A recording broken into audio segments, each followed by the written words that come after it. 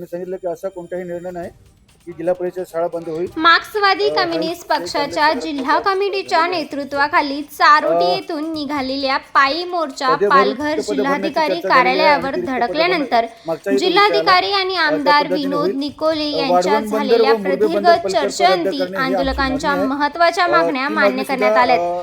जिल्हाधिकाऱ्यांनी अनेक मागण्यांवर लेखी आश्वासन दिल्याने आंदोलन तूर्त स्थगित करण्याचा निर्णय पक्षाने घेतलाय. आमदार विनोद निकोले यांच्यासह पदाधिकाऱ्यांनी जिल्हाधिकाऱ्यांसोबत सुमारे 6 ते 7 तास चर्चा केली. त्यात महत्त्वाचे निर्णय घेण्यात आले. वनपट्टा आणि 7/12 संयुक्त समितीची स्थापना, रेशन आणि धान्य, स्मार्ट मीटर आणि वीज, रोजगार आणि घरकुल, बंदरे रद्द करण्याबाबत अहवाल या मागण्या मान्य करण्यात आल्या. याविषयी आमदार विनोद निकोले यांनी सभागृहात माहिती दिली. मार्क्सवादी कम्युनिस्ट पक्षाच्या जिल्हा कमिटीच्या नेतृत्वाखाली हा जो मोर्चा आमचा 19 तारखेला चारोटी येथून जो पायी मोर्चा या ठिकाणी पालघर जिल्हा कलेक्टर कार्यालयावर काल संध्याकाळी येऊन पोहोचला. जवळजवळ शेतकऱ्यांच्या बऱ्याचशा मागण्या आम्ही या ठिकाणी निवेदन दिले होते. जवळजवळ 12 मागण्या होत्या.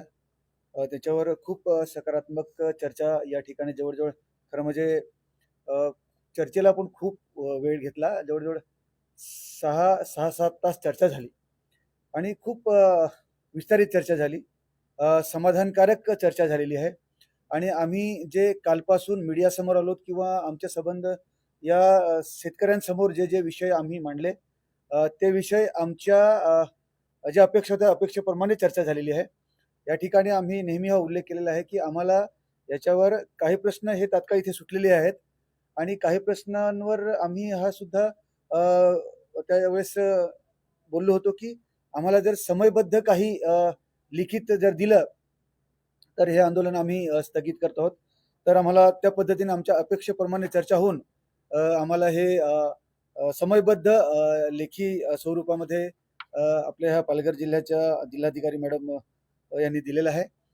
तर बरेचसे मुद्दे आमचे वन अधिकाराचा जो मुद्दा होता तो जवळजवळ क्लिअर झालेला आहे.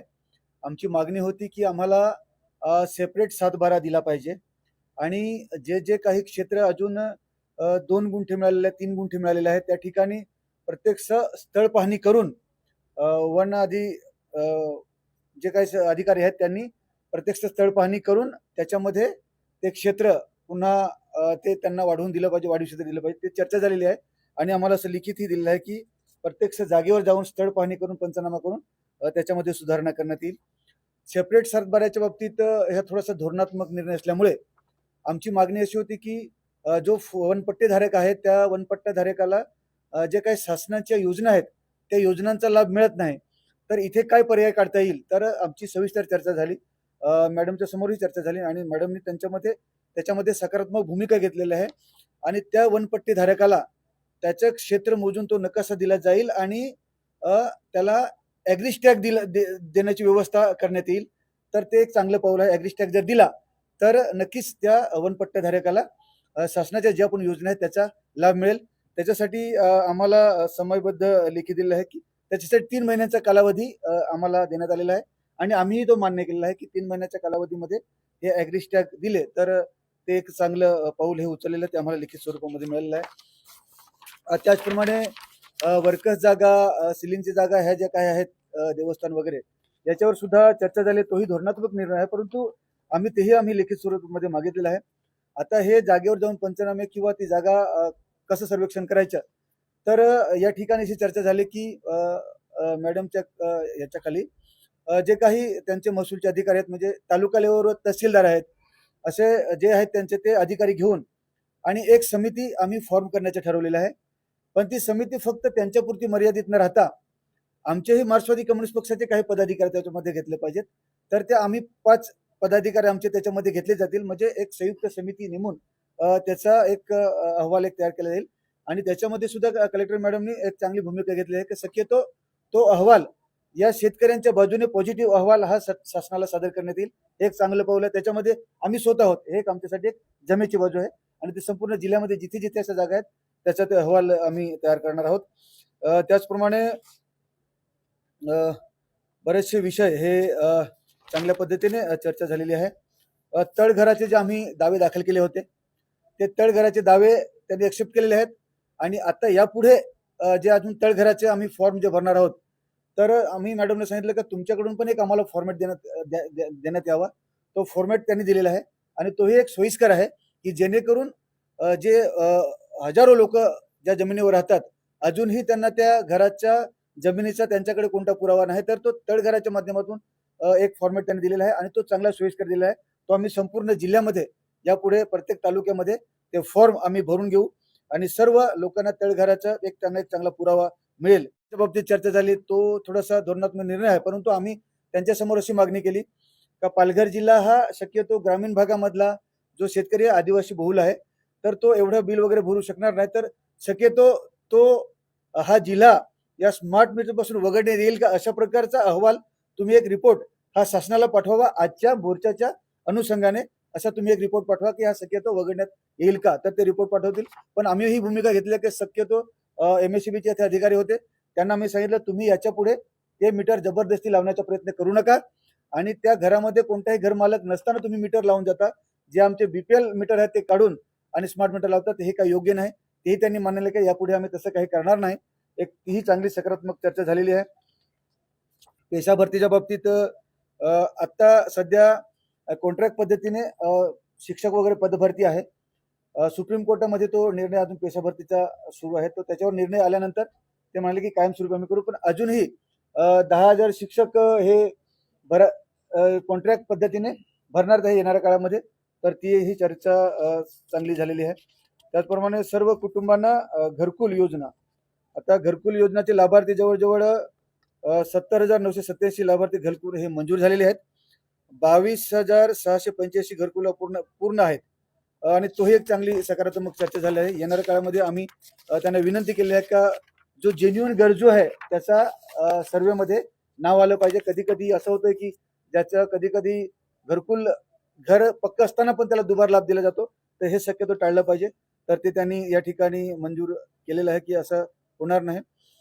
त्याचप्रमाणे 1,03,787 बेघर व कच्च्या घरात राहणाऱ्या कुटुंबाचे सर्वेक्षण करण्यात आलेले आहे आणि पुढे ते करतील. त्यांना सुद्धा घरकुल योजनेचा लाभ मिळेल. जल जीवन मिशनची कामं ही आम्हाला म्हणजे बऱ्यापैकी त्यांनी कामं सुरू केलेली आहेत परंतु टाईमबद्ध त्यांनी आम्हाला दिलं आहे. डिसेंबर 2026 पर्यंत ही कामं पूर्ण करण्याचे आश्वासन आम्हाला या ठिकाणी त्यांनी लेखी स्वरूप हे सुद्धा कुर्जे धरण आहे आणि धामणी धरण आहे. त्याच्यामध्ये आम्हाला लिखित स्वरूपामध्ये दिलं की शेतीला आणि पिण्याच्या पाण्याने शेतीला प्राधान्य देण्याचं त्यांनी या ठिकाणी आम्हाला लिखित आश्वासन या ठिकाणी दिलेलं आहे. दुसरा मुद्दा आहे की रोजगार हमीवर आता आमची मागणी होती 200 दिवस काम दिलं पाहिजे परंतु तो ही शेवटी धोरणात्मक निर्णय नसल्यामुळे 100 दिवस काम आम्ही देऊ मागेल त्याला आम्ही काम देऊ असं आम्हाला या ठिकाणी लिखित आश्वासन दिलेलं आहे की जिथे जिथे मागितलं जाईल तिथे तिथे काम देऊ. आणि 312 रुपये जी मजूर आहे ती वेळेवर मिळत नाही ती वेळेवरच आम्ही देण्याचा प्रयत्न करूया अशा प्रकारचं या ठिकाणी पुन्हा त्यांनी लिखित दिलेलं आहे. प्रकल्प बाधित जे शेतकरी आहेत त्या कुळांना 2013च्या कायद्यानुसार रास्त नुकसान भरपाई देण्यात यावी. त्याच्यात सुद्धा त्यांनी आम्हाला लिखित स्वरूपामध्ये एक चांगली सकारात्मक भूमिका घेऊन दिलेला आहे.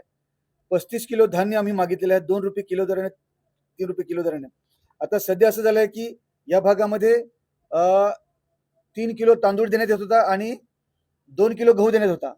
तर इथे आम्ही मागणी केलेली आहे की आम्हाला त्याच्याऐवजी 2 किलो गहू द्या आणि 3 किलो तांदूळ द्या कारण की भाताचा जास्त म्हणजे राईसचा वापर जास्त होतो आपल्या याच्यामध्ये जेवणामध्ये. तर ते त्यांनी त्वरित मंजूर केलं आणि उद्यापासूनच त्याची अंमलबजावणी होईल की 3 किलो तांदूळ आणि 2 किलो गहू हे सुद्धा झालेलं आहे. त्याचप्रमाणे जिल्हा परिषद शाळा बंद करण्याचे जे काही होतं तर इथे रणवीर साहेब आहेत त्यांनी सांगितलं की असा कोणताही निर्णय नाही की जिल्हा परिषद शाळा बंद होईल. हाही ते चांगले सकारात्मक बाब झालेली आहे. विषय पदे भरण्याची चर्चा झालेली आहे आणि ती रिक्त पदे भरणं मागचाही तो विषय आला त्या पद्धतीने होईल. वाढवण बंदर व मुरबे बंदर प्रकल्प रद्द करणे ही आमची मागणी आहे. ती मागणी सुद्धा त्यांनी की या मोर्चाचा रेफरन्स घेऊन आम्ही इथून सरकारला त्या पद्धतीचा एक अहवाल आम्ही तयार करून देऊ वाढवण बंदर आणि मुरबे बंदर रद्द करण्याचा. तर अशी जवळजवळ ज्या पद्धतीची आमची जी अपेक्षा होती त्या पद्धतीने बऱ्याचशाच एक सकारात्मक चर्चा झालेली आहे आणि लिखित स्वरूपामध्ये दिलेली आहे. त्याच्यामुळे आम्ही थोडीच दुरुस्ती करते. करा. आम्ही अहवाल नाही बनवणार प्रकल्प रद्द करण्याचा. म्हणजे आमचा रेफरन्स घेऊन तुमची जी भावना आहे ती आम्ही शासनापर्यंत ठीक आहे पोहोचवू. पाठवा. तर त्या पद्धतीने चर्चा झालेली आहे.